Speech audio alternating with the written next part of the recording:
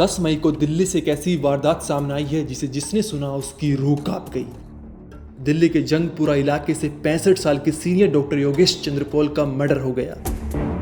लेकिन इसमें जो चौंकाने वाली बात है वो ये है कि योगेश चंद्र पॉल की मौत उनके घर पर काम करने वाली मेड ने ही की है। ये मेड डॉक्टर के घर पिछले 24 साल से काम कर रही थी, लेकिन इतनी बड़ी वारदात को अंजाम मेड ने अकेले ने ही नहीं दिया है। इसके पीछे उसने 2 महीने प्लानिंग की, कई लोगों को टीम में जोड़ा, फिर किसी फिल्मी स्टोरी की तरह कांड को पूरा किया। इन सभी ने मिलकर न सिर्फ डॉक्टर का मर्डर किया बल्कि उनके घर से लाखों रुपए के साथ सोना भी चोरी कर लिया। आइए इस वीडियो में मेड ने कैसे डॉक्टर के कत्ल की प्लानिंग की, इसे पूरी डिटेल में बताते हैं। हत्याकांड की असली मास्टरमाइंड डॉक्टर पॉल के घर काम करने वाली मेड बसंती है।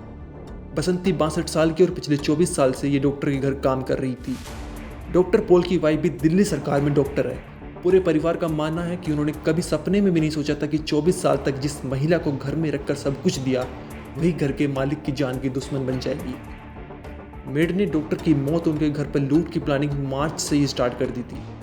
इसके लिए उसने सबसे पहले अपनी दोस्त वर्षा को डॉक्टर के घर पर बुलाया। मेड ने डॉक्टर के परिवार वालों से कहा कि वर्षा को उसने अपनी हेल्प के लिए बुलाया है। बसंती ने वर्षा को कई बार डॉक्टर के घर पर बुलाया। इस दौरान वर्षा ने घर पर रखे एक सामान की रेकी कर ली थी। साथ ही इस दौरान इन्होंने 2 बार अपने साथियों को वीडियो कॉल भी किया ताकि उनको भी घर दिखा सके।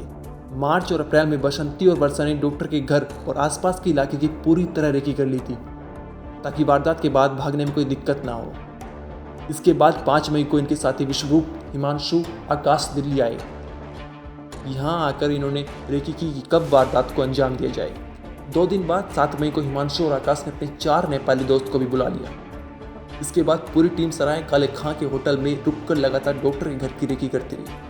10 मई को करीब 1:30 बजे 5 लोग डॉक्टर की कोठी में पीछे के दरवाजे से दाखिल हो गए। कुछ आरोपियों ने घर में लूटपाट की, वहीं कुछ लोगों ने डॉक्टर को कुर्सी से उनके हाथ पैर बांधकर गला घोंटकर उनकी हत्या कर दी। डॉक्टर के घर के कोने कोने को सुराग बसंती के जरिए उसकी दोस्त वर्षा दे रही थी, जो मैसेंजर के जरिए वीडियो कॉल करती थी। आइए डीसीपी से इस केस की पूरी जानकारी लेते हैं कि कैसे उन्होंने इस वारदात का पर्दाफाश किया और कैसे आरोपियों को गिरफ्तार किया। 10 तारीख को लगभग 6:50 के आसपास एक कॉल आई थी थाना निज़ामुद्दीन की, यहाँ एक आदमी का मर्डर हो गया है। हम लोग तुरंत ही मौके पे पहुँचे। वहाँ पहुँचने पर पता चला कि ये घर है C14 अपर ग्राउंड फ्लोर। वहाँ डॉक्टर योगेश चंद्र पॉल उनकी हत्या की गई थी और घर में लूट हुआ था। इसमें इमीडिएटली एक मुकदमा दर्ज करके इन्वेस्टिगेशन स्टार्ट किया गया। इन्वेस्टिगेशन के दौरान जो सीक्वेंस ऑफ इवेंट्स आया वो ये आया कि लगभग 1:31 के आसपास डॉक्टर साहब अपने क्लिनिक से, बीरबल रोड पर उनका क्लिनिक है जो उनके घर से थोड़ी दूरी पे है, वॉक करके आते हैं और 2 लोग उनके पीछे पीछे उनके घर में घुस जाते हैं। बीच में एक आदमी फिर अंदर जाता है और वो आदमी फिर एक बाहर आता है।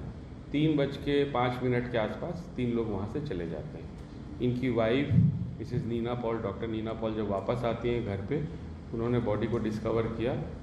बॉडी जो किचन में पड़ी हुई थी, बॉडी उनके हाथ बांध रखे थे और कुछ स्ट्रैंगुलेशन के वो थे, इंडिकेशंस थे। इनिशियली हम लोगों ने तुरंत टीम कई सारी बना के इन्वेस्टिगेशन टेकअप किया और उस इन्वेस्टिगेशन के दौरान हम लोगों को, चूँकि इलाके में बहुत सारा CCTV लगा हुआ है, उनकी फुटेजेस हमने आपस में कोलेट किए, उनको पैच किए और हम लोगों ने सारा मूवमेंट आइडेंटिफाई कर लिया। तो ये मर्ज किया कि टोटल मौके पे 5 लोग थे। 5 लोग जो थे वो आए। उसके बाद हमने फर्दर उसको ट्रेल किया आगे। तो ये ट्रेल हम लोग को सराय काले खां ले गया। सराय काले खां में ये 5 लोग जाते हैं। इनके पास हाथ में कुछ बैग्स होता है, इनके पास कुछ और सामान होता है, पॉलीथीन वगैरह, जिससे ऑब्वियस था कि जो लूट का सामान है ये यहाँ से लेके गए हैं। आगे फिर पता चलता है कि लगभग 4:45 के आसपास ये लोग वहाँ से निकल जाते हैं। एक लेडी भी इनके साथ होती है। 6 लोग आइडेंटिफाई हो गए। 6 लोग आइडेंटिफाई होने के बाद हमने रिवर्स ट्रेल किया तो ये पता चला कि इनके यहाँ एक मेड है बसंती, जो लगभग 60-62 साल की है और पिछले 24 साल से इनके यहाँ काम कर रही है। उसकी कोई पुलिस वेरिफिकेशन ऑब्वियसली नहीं हुई है, 24 साल से काम कर रही थी। बसंती ने ये इन्फॉर्मेशन उनको पास किया और उस इन्फॉर्मेशन को फर्दर डेवलप करके इस घटना का मतलब इसको एग्जीक्यूट किया गया। इसमें जो मेन किरदार निकल के आए हैं वो बसंती है। बसंती ने ये इन्फॉर्मेशन है कि विश्वरूप साई करके एक व्यक्ति है जो हरिद्वार में रहता है, बेसिकली क्रिमिनल है, उसके रिकॉर्ड हम ट्रेस कर रहे हैं, लेकिन जो लोकल इंक्वायरी हुई उससे ये पता चला है कि वो बेसिकली नशा करके, जिसको हम आम भाषा में जहर खुरानी वगैरह बोलते हैं, वो एक्टिविटी करता है। विश्वरूप साई ने फिर ऑर्गेनाइज़ किया, उसने 3 और नेपाल के लोगों को शामिल किया अपने साथ। एक हरिद्वार में ही बिल्ला घाट है, बिल्ला घाट में एक पंडित जी हैं हिमांशु जोशी, उनको शामिल किया। हिमांशु के एक भाई उसका नाम क्या है, अमित जोशी, आकाश जोशी को शामिल किया। 5 तारीख को विश्वरूप, हिमांशु और आकाश यहाँ के पहले रेकी कर जाते हैं, फिर ये वापस चले जाते हैं। 7 को ये सारी टीम आती है, सराय काले खां में एक लाइसेंस्ड होटल है, वहाँ ये ठहरते हैं, वहाँ से लगातार रेकी कर रहे हैं। और 10 तारीख को इन्होंने ये घटना किया और घटना करके 2-2 के बैच में निकलते हैं ये।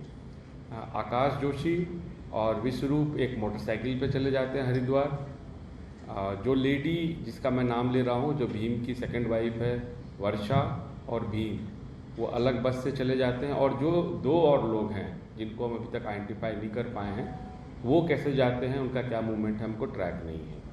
फ़िलहाल इस केस में जो हमें फर्स्ट ब्रेक थ्रू मिला है वो मैं आपसे शेयर करने आया हूँ कि हमें आकाश जोशी मिल गया जो यहाँ मौके पे था, एक्चुअल रॉबरी में था।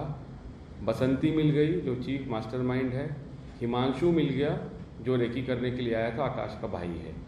इसमें कुल 55,000 रुपये और लूटेड ज्वेलरी जो आकाश का हिस्सा था वो हमको रिकवर हो गया है।